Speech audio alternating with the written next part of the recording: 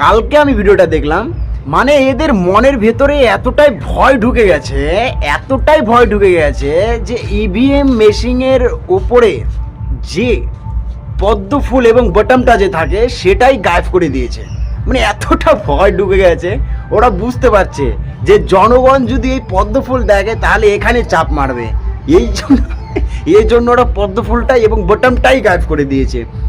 Actually ব্যাপারটা কি জানো তো? অ্যাকচুয়ালি ব্যাপারটা হচ্ছে এটাই যে পশ্চিমবাংলায় পরিবর্তন চাই, আর এই পরিবর্তন স্লোগানটি প্রত্যেক জনগণের মনের ভিতরে ঢুকে গিয়েছে।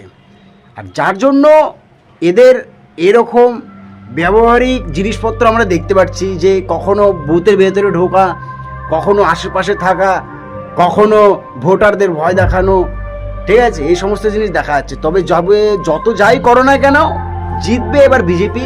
জয় শ্রীরাম, জয় ভারত, বন্দে মাতারম, ভারত মাতা কি জয়।